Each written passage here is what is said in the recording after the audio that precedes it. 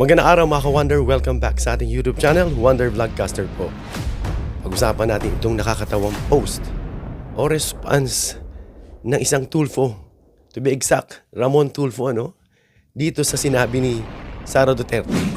Sabi niya rito, VP Sara, inihanda ako ng Diyos, sabi niya, para maging Pangulo ng Bansa. So, biglang sabi nga ng mga reaction, biglang naging makadiyos. From dun sa video niya, pinagmumura niya, tapang niya, galit na galit siya that time, Galit pa siyang ganun. Ngayon, all of a sudden, medyo nag-mellow, nag-tone down siya, Kasi alam niya, tatakbo na siyang pagka-presidente. At alam niya, dun sa ginagagawa niya, maraming nagalit sa kanya. Bumaba pa ang rating niya. Kaya bumabawi, mga ka-Wonder, So sabi ni Tulfo sa kanya, nung sinabi ni Sara, inihanda ako ng Diyos para maging Pangulo ng Bansa. Sabi ni Tulfo, ha? Loko-loko din ang Diyos kung ganoon. Grabe. God bless the Philippines, sabi ni Tulfo. So yan mga ka-Wonder. Alam na natin na tatakbo si Sara Duterte at gagawin niya lahat. Siguro by all means, gagawin niya ang lahat para maging Pangulo siya ng bansa. At yan ang ating pong binababahala. Alam niyo mga ka-Wonder, to be transparent and realistic, marami pa rin talagang na-hypnotize itong mga Duterte. And until now, base dyan sa mga survey, sa Kalye survey, which is not actually official, and napapansin natin na marami pa rin ang bumoboto sa kanya. Isa pong mga pamoraan dyan, yung pressure ng grupo. Bako sinabi ng isa, Sara ako. Yung iba dyan, wala namang pakialam. Hindi nakikisawsaw, nakikirinig-rinig landang. Sinabi ng isa, Sara na rin siya. Minsan may mga effect yun, Kaya dapat ma-educate itong mga taong ito, mga ka-Wonder. Yung totoong kalagayan ng ating bansa. Kaya dapat importante na sumailalim sa impeachment trial yan si Sara Duterte. Gaya ng paulit-ulit na sinasabi ni Sentry na kapag yan narinig ng taong bayan, iba dyan ay maaring magbago ang kanilang isipan. Yung mga kulto, wag mo na expectin yun. Mali nga, kahit mali, hindi na yan magbabago sa kanila. Talagang wala ka nang mapapala dyan. Kaya ini-insist natin, na sana pakinggan tayo ng COMELEC, ng gobyerno, na magkaroon ng pamantayan, standard, para ikaw ay maging isang butante ng bansa. Tama na yung isang karapatan. Karapatan kasi yan Gawin na lang yung isang pribilehyo. Kasi ginagamit lang po yan ng politiko na abutin sila at para sila'y mauto, para maisakatuparan yung kanyang pangarap na makapwesto. Natutulungan nyo sa pamamagitan ng mali nyong pag-iisip. Kaya sabi ni Ramon Tulfo, loko-loko din ang Diyos kung ganoon.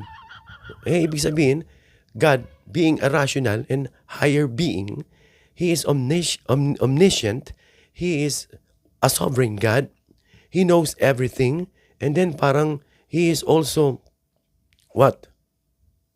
depraving, He is also violating yung kanya pong being, na being an omniscient God, a sovereign God.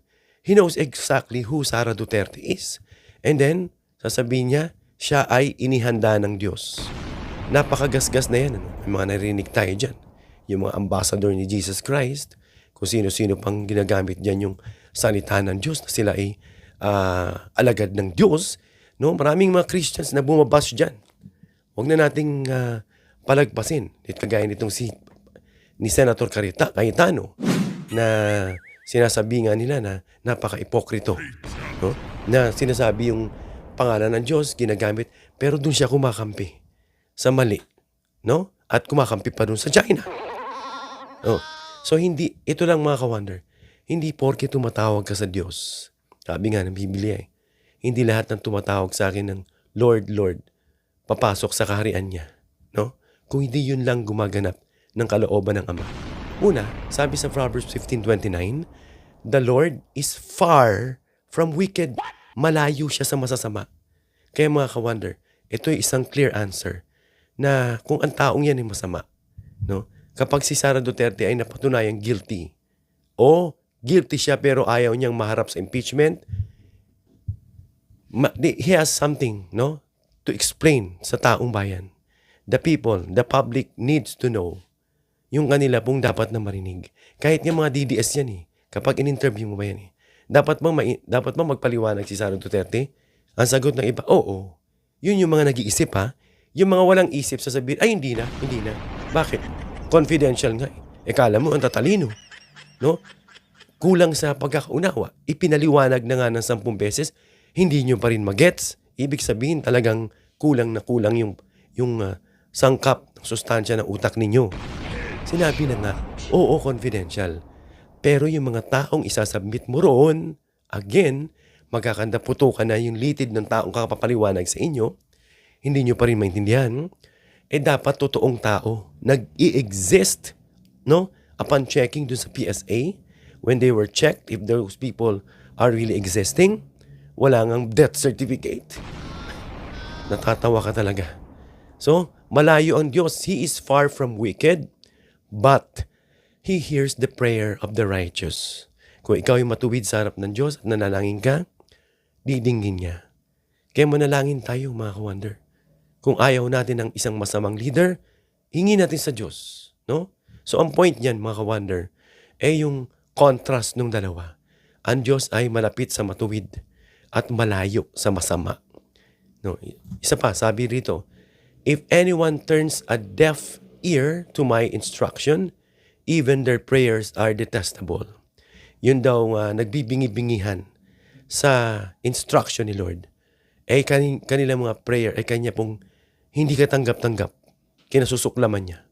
No? Ibig sabihin, mga ka-wonder, kapag sumasadya kang tumalikod sa utos ng Diyos, yung panalangin mo ay hindi ka lugod-lugod sa Kanya. Kaya huwag tayong mag-worry sa mga ganyang post na inihanda raw ng Diyos si Sara Duterte. Kung siya ay hindi guilty, malalaman natin yan sa impeachment. Well, kung hindi guilty, then hindi guilty. Let's help her kung hindi guilty. Ano ba utos niya? Ang utos niya laging matuwid. Kapag ikaw lumilihis doon, gumagawa ka ng kalikuan, kabaluktutan, of course, kahit yung panalangin mo ay hindi ka lugod-lugod sa Kanya, hindi niya didinggin. Kaya huwag natin ipag-worry yan, sinasabi na lahat ng mga theatrical na mga speeches dyan, just in order to make the dream come true, o yung maging presidente siya, we don't have to worry about that, mga ka-wonder. Because if God is for us, and if God is against a leader na crooked, hindi niya pagbibigyan ng panalangin. Hindi niya pagbibigyan. Kahit magmarolyo-rolyo ka man yan, lumod ka man sa asin at munggo, kung ikaw ay hindi matuwid, hindi niya didinggin yan. So we don't have to worry, although malakas siya sa ngayon. Malakas siya sa ngayon. To be honest, sa survey, kalye. Pero dun sa mga survey na mataas pa rin ng Pangulong Marcos, there are various areas scattered na kung saan mataas siya. And then, that is our mission, to educate them. Of course, eto mga baluktot, they will not also stop. Dahil bakit dun sila kumikita no, sa pang-uuto dun sa mga tao na madaling mauto. So may post dito, si Jared, post niya rito, iyak-iyakan para sa boto ang plastic mo, Inday Sara. Sabi dito, safe space, comfort zone, Sara Duterte's tearful homecoming in Davao City. Wow. Drama. No? Sabi ni Jared, crocodile tears. Sabi nung isa nag-comment, PH Chronicles, sarap sampalin ng GAGA. So ito yung mga ganitong theatrical na sinasakyan. Siguro iba rito, umiiyak pa nga Yung mga talagang diehard, yung mga kulto na, yung hindi kayang buksan yung isip nila. May mga kilala akong ganyan kilala ko pa. May kita mo rin yung kanilang background. Tahimik lang tayo pero alam natin yung background nila. Na mapapansin mo na talagang sarado yung isip. Dahil ito yung mga napangakuan din na kapag yung napangakuan na yun, manalo ito sa Sara, sila din ay maambunan. Yung mga benefits ang hinahanap nila. Hindi yung pakinabang at welfare ng taong bayan. No? So yun na nakakalungkot. Lahat na lang ng mga theatrics dahil ang Pilipino ay talagang more on melodrama talagang madali tayong antig, ano? Ang ating pong personality, pag nadaan na tayo sa iyak, lumalambot ng ating puso. So, tandaan natin sa 2028, talinuhan natin ang ating pagboto. Dahil alam natin, for now, malakas si Sara. Pero, sa survey na nakita ko kanina, hindi pumapahuli si Lenny Robredo. Lalo na kapag umakyat na si Lenny sa entablado, nagdeklara na, Ma'am Lenny, calling Ma'am Lenny Robredo, mag-declare na po kayo. Please lang, huwag niyong pabingihan yung tawag ng taong bayan.